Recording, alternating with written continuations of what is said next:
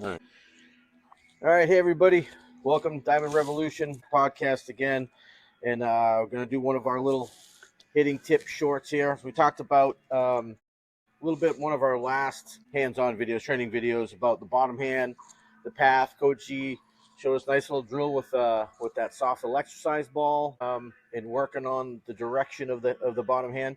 So I want to talk a little bit about the top hand today. So the top hand, from what I've seen, it's very, very seldom talked about compared to the other parts of the swing, right? And it's obviously a really important part of the swing. It's the guide hand. It's the one that's going to control our barrel. When we start facing really good pitching, the best way to describe the top hand that I can imagine is, I've got two strikes, and I got a hard throw up there that has decent breaking stuff, and out of the hand, I might look like a fastball. I'm going into my swing, and that's a slider. Right? I didn't pick up the dot early enough. The top hand's the one that's going to adjust the angle of the bat to get to contact.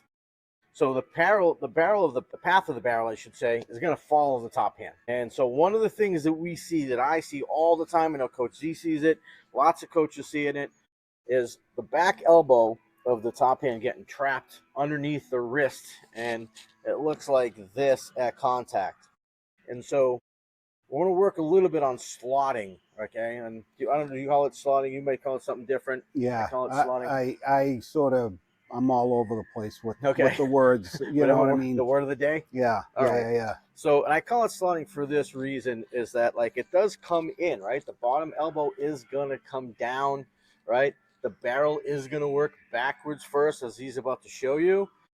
So why don't we look at first? Why don't we do this? Why don't we look at what the proper top hand to contact should look like? All right. You want me to just that? Yeah. So keep an eye on his back up. Look at that. So at no time, what's really important is no time does this elbow ever get under his wrist. Want to try that? We'll do it one more time.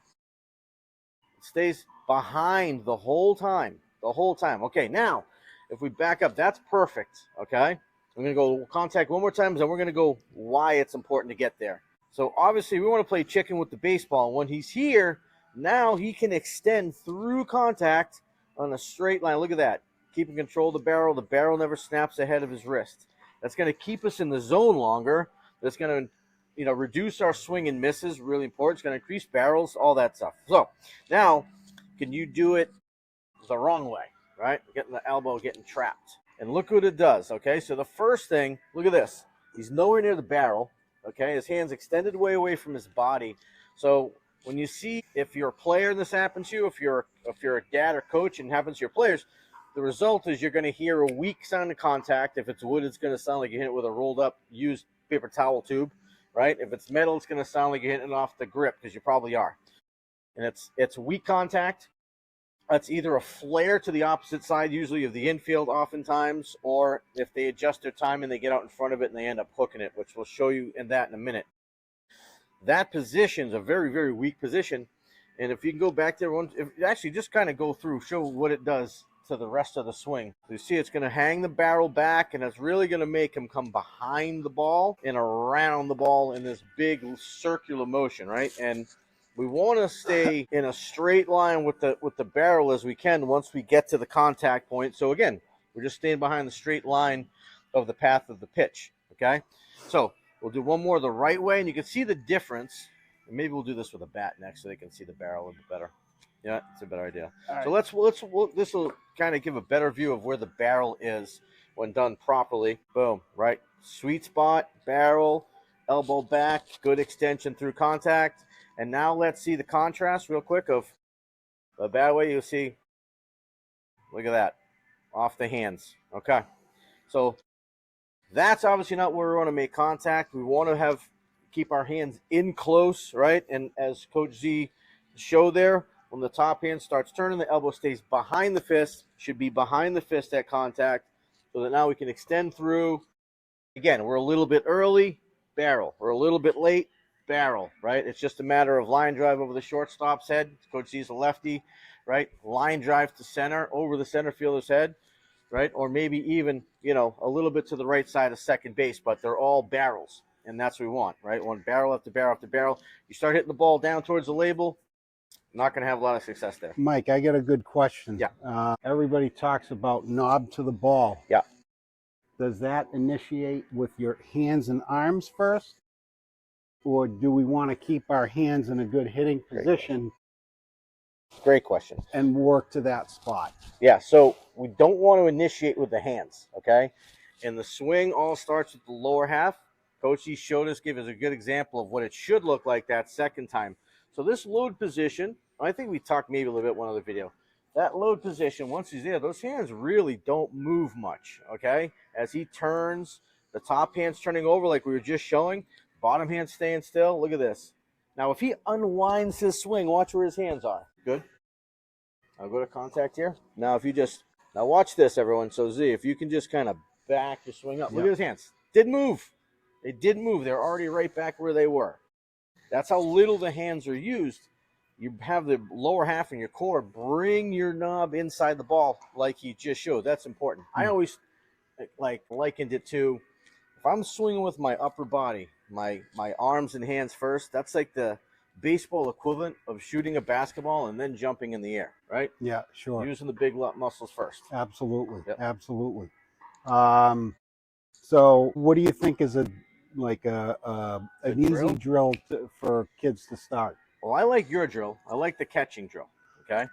So now this is a really easy drill you can do. You don't even need a bat. Okay. Dare I say you could do it in the house, get permission from mom or dad first, right? But if you're using a softy ball, you can do this with a tennis ball, you can do this with anything. Coach Z, he is going to stand here, right? He's not even going to use a bat. And all I'm going to do is just toss him the ball, and he's just going to turn and catch it out in front. Boom. Elbow behind the fist. Boom. Elbow behind the fist. Huge. Great job. Tough. Right? Very, very easy drill there. Okay. And just turning and watching the path of that top hand of coming here and not letting this happen. Another one I like to do actually is a little, I don't know if you'll be able to see it, but I'm going to use something long. So lots of people know the fence drill, right? Where you kind of bring the bat up to the fence here and you swing inside. And that's a good drill. There's lots of ways to cheat that though, right? You start really kind of doing this. One I like is to do it the opposite way, where I have the fence here. And I have it got all the way to the back, so my barrel's almost up against the fence completely. And if I start dropping my elbow first, okay, this is going to hit the fence in a big way. If I keep it where it is and I turn first, Coach G was showing us, my barrel stays away from the fence, and we get to the backside of the zone.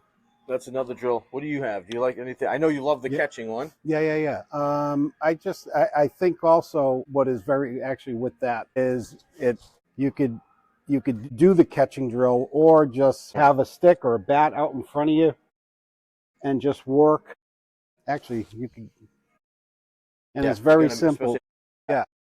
So you just work on keeping the resistance on that front side.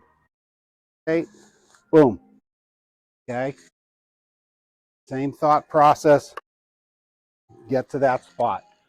And again, I think positioning of your head, I like telling kids, make sure that back shoulder gets underneath your chin as you're doing it. Yeah.